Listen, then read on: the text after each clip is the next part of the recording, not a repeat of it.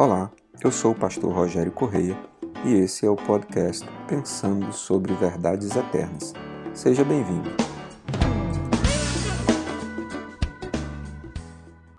Olá, no podcast de hoje eu quero tratar com você sobre uma questão que parece ser simples e que parece ser semelhante ao que temos tratado até aqui, mas a Bíblia trata de maneira bastante diferente.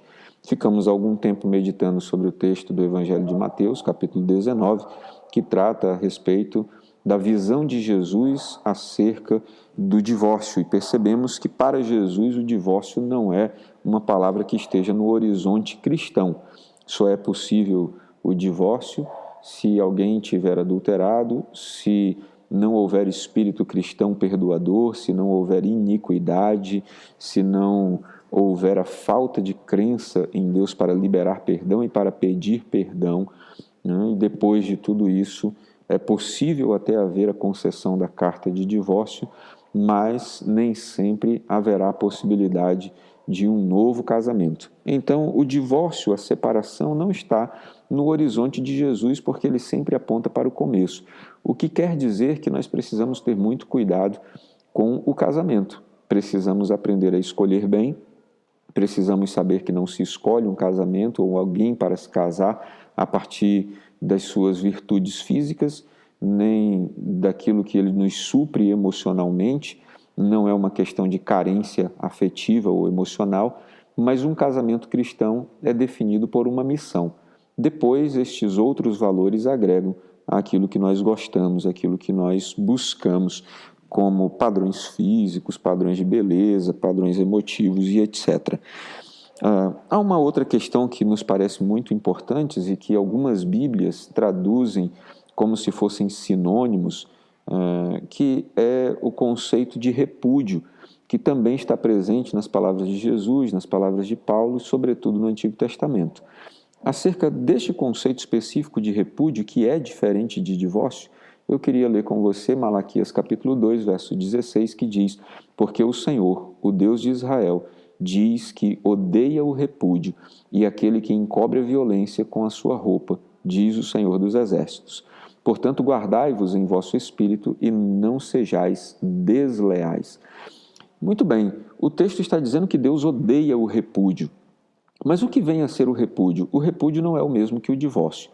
O divórcio são circunstâncias estritas e Jesus está dizendo que o divórcio só é possível quando há dureza de coração, quando um dos dois não é disponível para liberar perdão ou receber perdão da parte de Deus, não crê no poder de Deus e decide deliberadamente cometer um pecado voltado para as questões da porneia, promovendo assim a possibilidade do divórcio. O repúdio é outra coisa. O repúdio se dá quando alguém deliberadamente diz: eu não quero mais estar nesse casamento. E mesmo depois de entender todos os princípios divinos a respeito do casamento cristão, ele diz: ok, eu entendi, e mesmo assim eu não quero mais continuar esse casamento.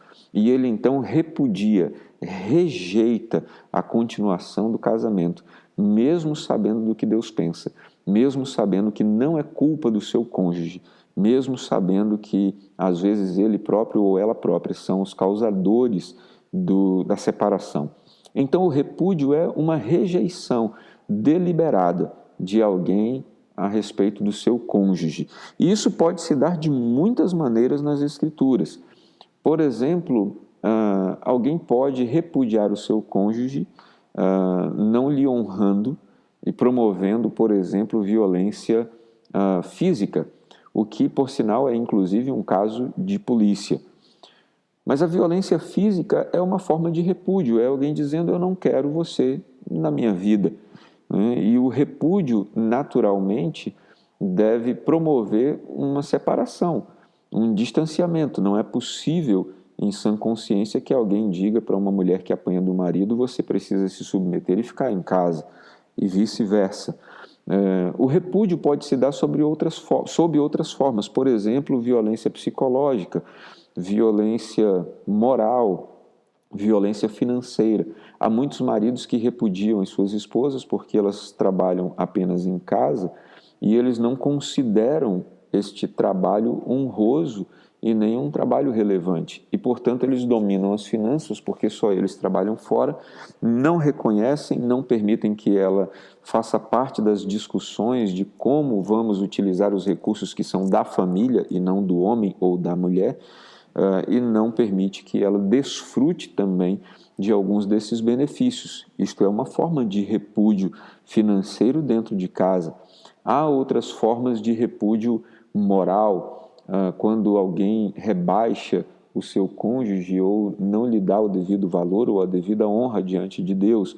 Há repúdio afetivo, repúdio emocional, quando alguém faz com que o outro se sinta abandonado, ainda que dentro do casamento, por não conseguir lhe atender, por não conseguir lhe ouvir.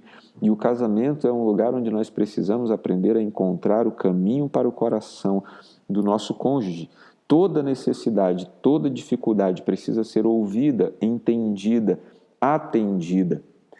Inclusive as necessidades sexuais de um casal, quando um dos dois se recusa a satisfazer o outro sexualmente, por qualquer motivo que seja, isso constitui numa espécie de repúdio interno dentro do casamento. Portanto, nós precisamos obedecer ao padrão de casamento apontado por Jesus, em que o homem deve amar e amar a sua esposa, e isto da mesma maneira que Cristo amou a sua igreja, e a mulher da mesma maneira deve honrar o seu marido e submeter-se à missão que Deus lhe deu. E então nós honramos quando nós conquistamos o coração, nós honramos quando damos continuidade aos padrões de romantismo, de paixão que haviam no começo do casamento. Há muitos casamentos que esforçam-se para serem românticos até chegarem no altar, e depois do altar se perdem ou se quebram nesses caminhos e às vezes chegam ao ponto do divórcio. E aí eu volto a lembrar a frase que já mencionei algumas vezes nos podcasts anteriores: o divórcio começa no namoro, e nós precisamos ter atenção com isso, sobretudo porque o texto que nós lemos é enfático ao dizer que Deus odeia o repúdio. Moisés mandou dar carta às repudiadas, porque as mulheres eram repudiadas e eram tratadas depois como prostitutas, tinham o seu valor social totalmente degradado, rejeitadas pela sociedade, e às vezes não eram sequer recebidas nem mesmo pelos pais, porque era uma humilhação. Então elas recebiam carta de repúdio, e é nesse sentido, nestes termos, que Jesus também trata de Mateus capítulo 19, conforme nós vimos estudando todo esse tempo.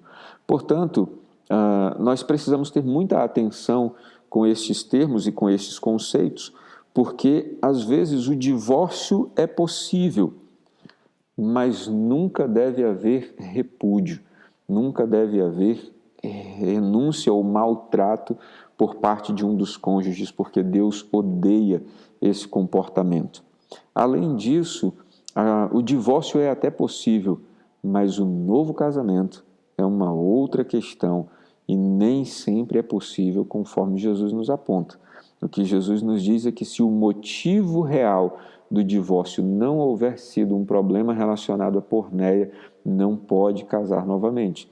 E isto a parte que foi ofendida, nunca a parte que ofendeu. O problema é que normalmente quem quer casar de novo primeiro é aquele que cometeu a ofensa.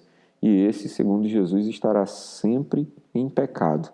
E isto, inclusive, implicará na sua própria salvação diante de Deus.